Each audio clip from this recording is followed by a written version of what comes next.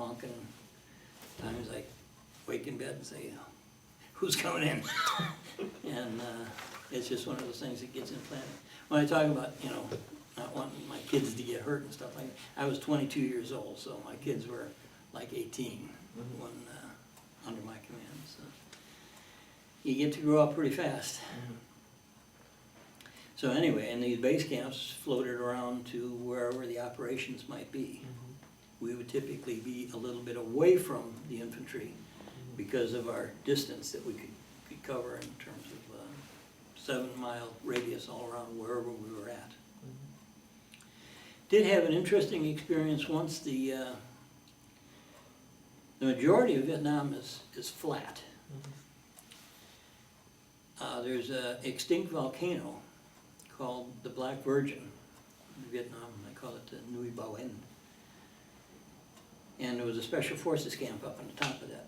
Well, they were taking heavy mortar fire and taking several casualties. So they brought me in, and we set up a couple guns, 2 howitzers, about 5 miles away with our radar. And I went up with the special forces in their camp and was stationed with them.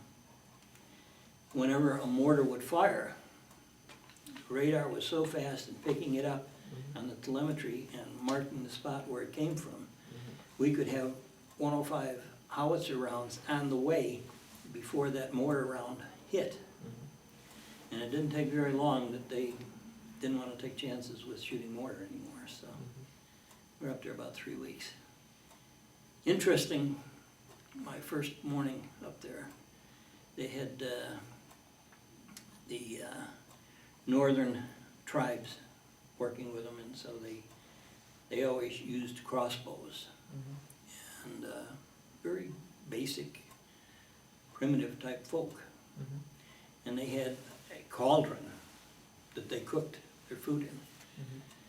And so the first morning I got up and stretched and said, time for a good breakfast. And I went over to the cauldron and I looked, and it looked like scrambled eggs, because I know they used powdered, reconstituted eggs and mixed with water and heated up. There had these little white things that looked like they were wiggling in there. And the first thing that came to my mind was maggots. And I thought, I think I may lose some weight on this venture. And it was rice.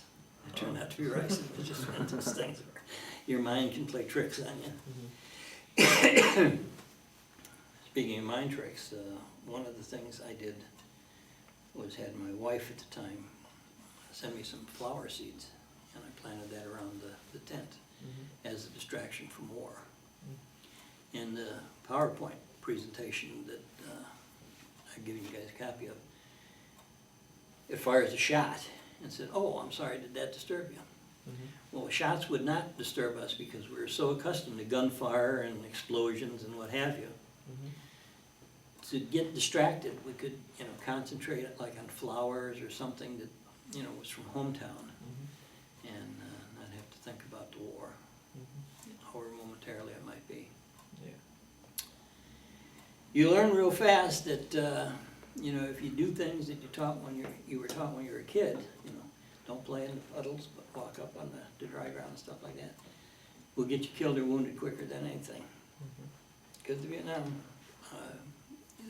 Hardcore, which were the regulars, or the Viet Cong, which were the locals who were guerrilla fighters, studied our actions. And they, you know, if we came on a rice paddy or a swamp or whatever, your tendency is to go on the dike because it's highland. That's exactly where they plant their mines. So if you step down one of those, minimum you lose a leg, maybe you lose more. So we learned pretty rapidly that you learn to go through the rice paddy, or you go through the swamp. One of the things with the swamp is that there's a lot of leeches. And so modesty got to the point where you know, it was a non-commodity over there. You buddied up with somebody and you came back from an operation, you stripped, and they checked out your body and you checked out theirs, and if there was leeches, you pull them off and get rid of them. And our shower was basically a 3-walled operation sitting right next to the sidewalk that people would use for the living room. so hot in the tent, most people sat outside when they could. So you go and use your shower, and modesty was not a thing that was thought about very much over there. We did not have the current mixed male and female troops the way that exists today, and I'm not sure how they deal with that, so. Supposedly, if you're a strike trooper, you just take your comrade as it is, gender immaterial. But I don't know. I grew up in the era when sex was dirty and the air was clean. It's turned around now, but it would be difficult, I think.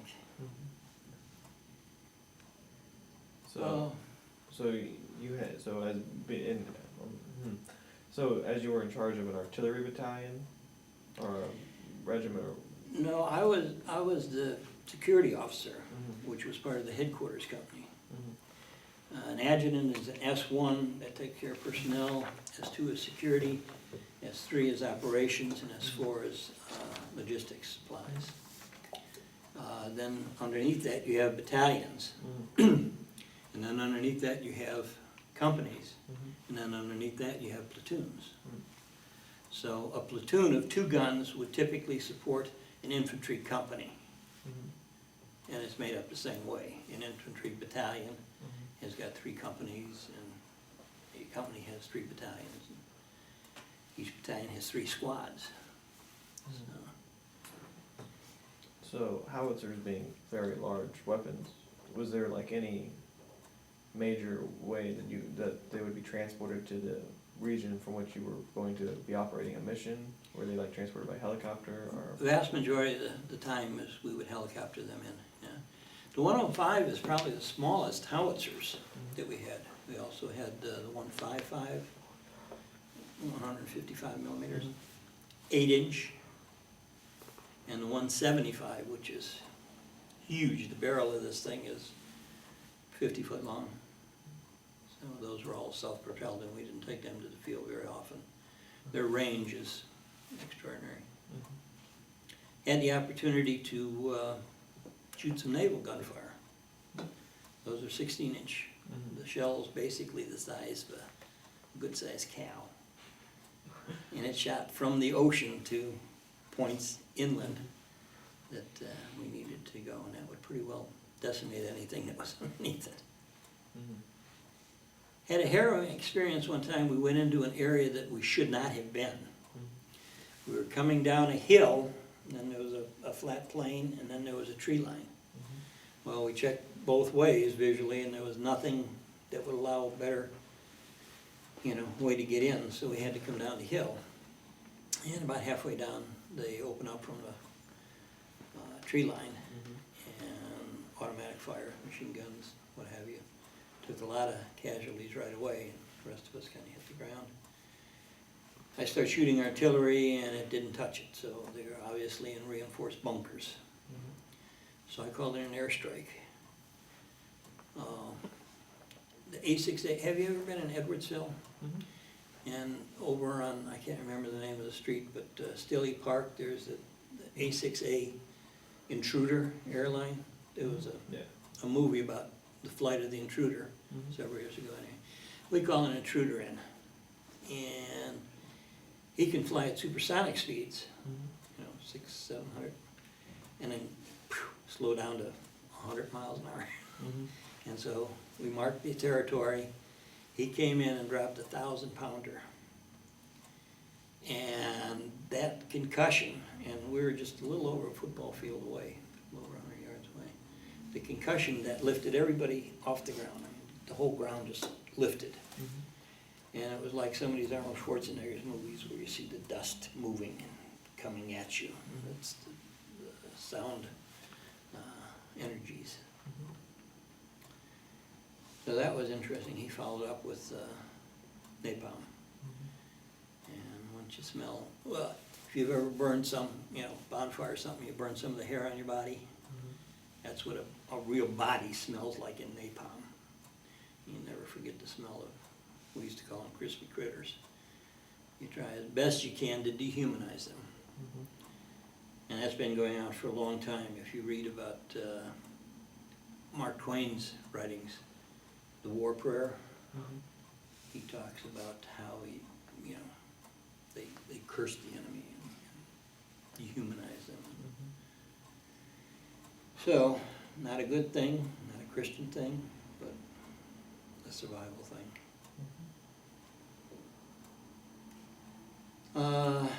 So many different things I could tell you.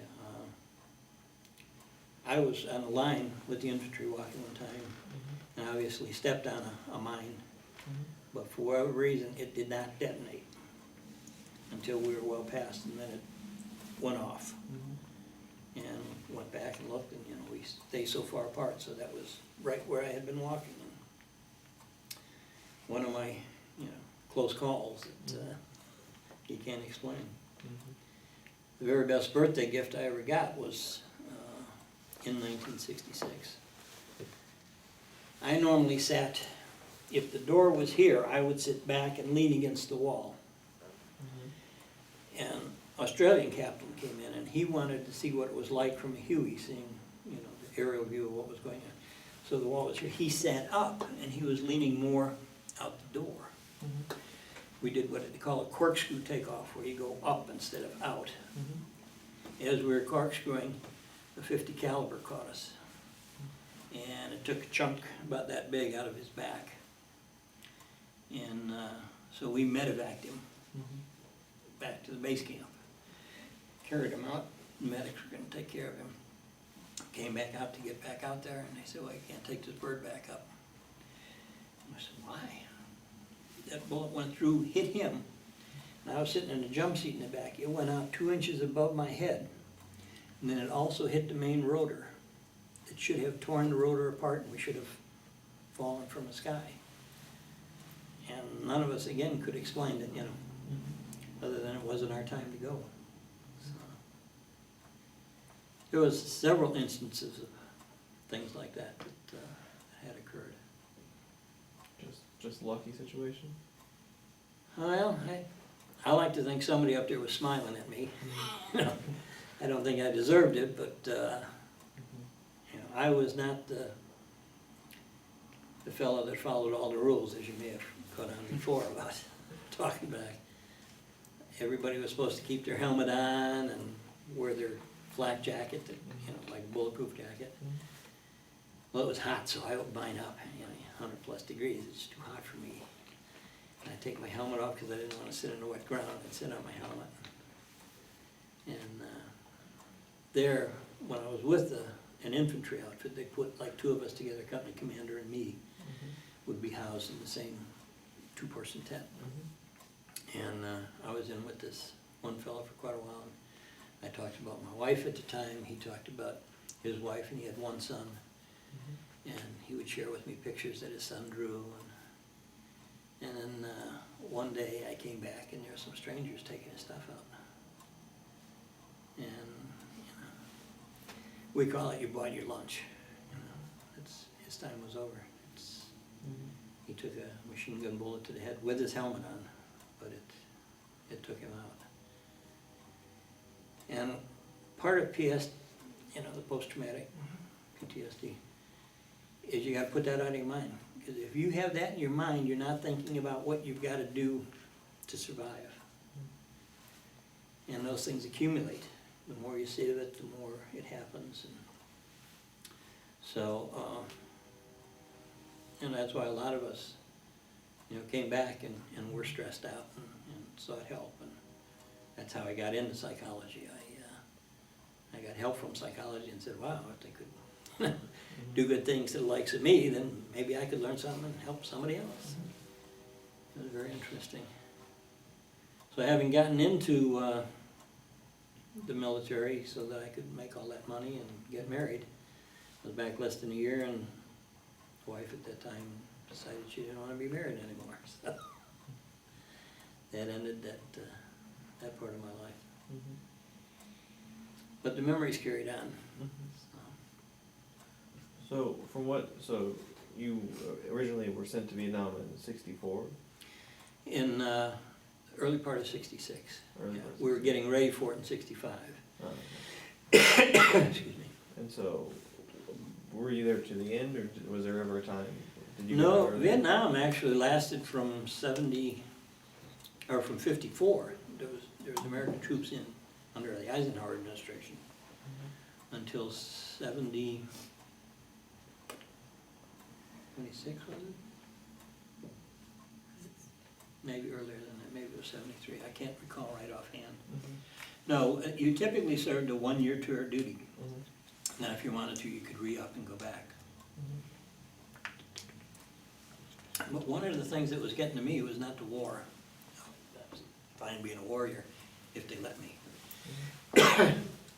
I get some of these guys that think they know what's going on, as I mentioned before. We were at this one place that was full of elephant grass, and elephant grass is probably about 2 foot higher than me. You could not see 3 foot into it. It also happens to be the home of the king cobra, and they're a very territorial snake. Well, this one whiz kid up in Saigon again said, well, there's too many injuries occurring with people being up on cots. So we're gonna pull all the cots from the field and everybody sleep on the ground from now on. So that's the kind of stuff that said, hey, you wanna play these silly games, play them by yourself, because, you know, that's not being a warrior. So, if you ever go back and have time, read some of the chronicles of Marcus Aurelius. He was a well-known Roman general and later became one of the Caesars. And he wrote about soldiering.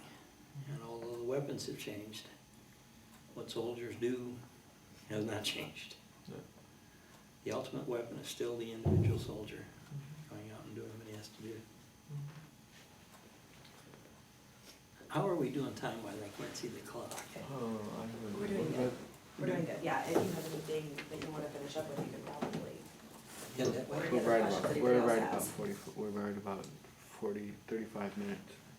That's what I'm saying, we're right there, so anything that you guys wanna finish up with is. First, let me ask you, do you have any specific questions you'd like to ask? Nothing majorly. No, not really, I mean, One what's of the, going on? one of the things that we lacked over there was sleep. Everybody never got enough sleep. So with all the flying I did, I would teach the pilot how to shoot artillery, and I could take a nap. And he could